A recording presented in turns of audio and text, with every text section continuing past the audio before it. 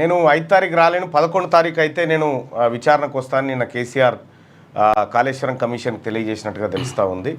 So ఆ తర్వాత 9 తారీఖు రోజు హరీష్ రావు గారు హాజరైన తర్వాత క్వశ్చన్ పేపర్ ఏంది అని మళ్ళీ ఆయన అడుక్కొని క్వశ్చన్ పేపర్ను బట్టి మళ్ళీ ఆన్సర్స్ ఎట్లుండాలి ఏం కథ ఈ వ్యవహారం అంతా చక్క తీసుకునేటట్టుగా అనిపిస్తూ ఉంది. సో మరి 5 తారీఖు రాలేను, 11 తారీఖు అయితే రాగలుగుతా అని చెప్పి కేసీఆర్ చెప్పడం. సో ఆయన ఏదైనా బిజీ వర్క్ ఉన్నా అంటే ఏం బిజీ లేడు, ఫామ్ హౌస్లోనే ఉన్నాడు. నిన్న కనీసం తెలంగాణ రాష్ట్ర ఆవిర్భావానికి జెండా ఎగరేస్తేందుకు కూడా రాలే, బైకానే కూర్చున్నాడు. అదే షెట్ కింద కూర్చొని ఇక సరే ఆయన పనిలో ఆయన ఉన్నాడు వ్యవసాయదారుడిగా.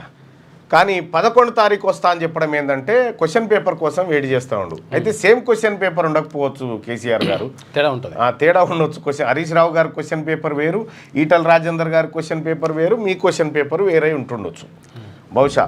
కాబట్టి మీరు ఏం సమాధానాలు చెప్పినా నిజంగా అది నిజాయితీగా కట్టిన కాళేశ్వరం ప్రాజెక్టు, అందులో మీ ప్రమేయమే లేదు, ఆ దశకిన దాంట్లో కేసీఆర్ గారి కాలు లేదు, ఏలు లేదు, గోరు లేదు అనుకుంటే 5 తారీఖు ఎందుకు ఆ గంధాకి ఎందుకు 3 తారీఖు నేను వస్తున్నాను పోవాలి. ఉల్టా గదవర దాకా ఉంటా అరాకి దానికి బాగానే వస్తాపా ఎంతసేపు పని అని చెప్పి 3 తారీఖుకే రావాలి.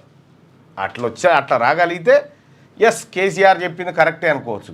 ఈ 11 తారీఖు దాకా ఆయనే వాళ్ళ కొడుకేమో నేను అమెరికా పోతున్నాను, నేను ఇప్పుడు రాలేనని ఆయన పోయిండు ఓ పంచాయతీలో. ఈ తండ్రి ఏమో ఇప్పుడు నేను రాలేదని ఈయన తప్పించుకుంటా ఉన్నాడు.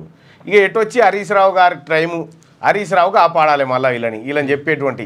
హరీష్ రావు చెప్పేది పచ్చి అబద్ధము, కాకపోతే ఆ అబద్ధాన్ని నిజం లెక్క చెప్పే ప్రయత్నం చేస్తాడు. అద్భుతమైనటువంటి నిజంగా మామ చుట్లకి వచ్చి చెప్పినట్టుగా చెప్తాడు అన్నట్టు. కాబట్టి కాళేశ్వరం కమిషన్ ముంగట కల్వకుంట్ల చంద్రశేఖరరావు గారి కుటుంబం మరి ఏం చెప్తుంది, ఏం కథ, తర్వాత క్యాబినెట్లో ఈ కాళేశ్వరం నివేదిక ఆధారంగా ఏమన్నా నిర్ణయాలు తీసుకుంటారా, అసలు ఈ నివేదిక అందుతుందా ఇప్పుడు, ఈ అనేకమైనటువంటి అంశాలతో ముడిపడి ఉంది.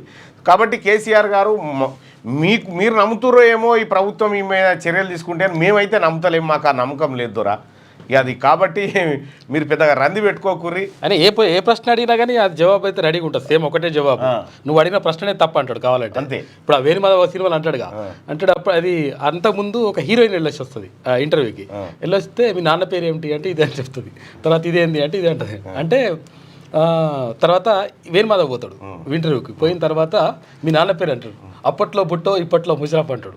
అంటే అదే సినిమాలో ఉంటుంది అది కామెడీ.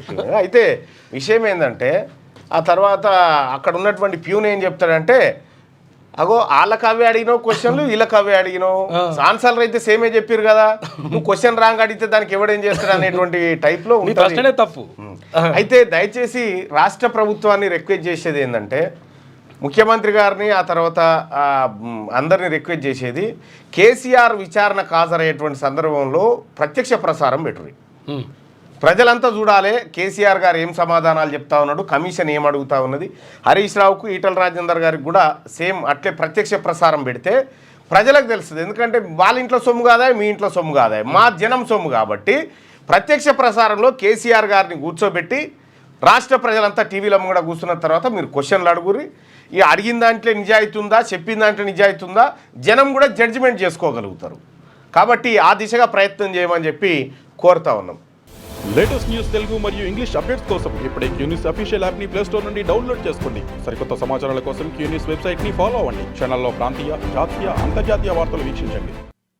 లైక్ చేయండి.